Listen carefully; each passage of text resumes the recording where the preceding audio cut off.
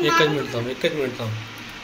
बघा हा दूध आहे, लक्ष्मी डेअरीवरनं आणलेलं दूध आहे.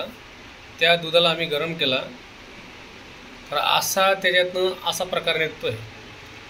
हा नेमका प्लास्टिक आहे काय आहे ते कळायला मार्ग नाही. दूध एवढं लांबू शकत नाही.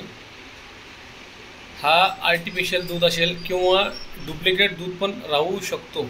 लक्ष्मी डेअरी धुळे इथला हा प्रकार आहे. बघा हा एवढा लांब दूध आणल्यानंतर सुद्धा एवढा प्रकार होतोय म्हणजे किती विचित्र प्रकार आहे. लोकांना मारण्याचं काम आहे. लहान मुलांसाठी आम्ही दूध आणला होता तर हा दूध अशा प्रकारे लांबतोय जसं काही गव्हाच्या शेवाळ्या असतील किंवा जे आपण सेव खातो मॅगीसारखा गव्हाच्या त्या प्रकारे हा दूध पसरतोय.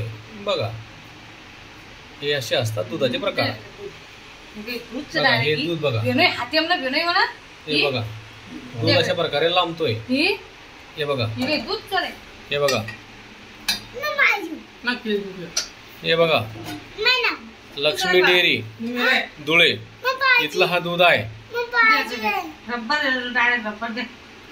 तर कृपया ग्राहकांना विनंती आहे की तुम्ही काळजीपूर्वक हा दुधाचा वापर करा. लहान मुलांसाठी खूप धोकेदायक आहे आणि घातक आहे.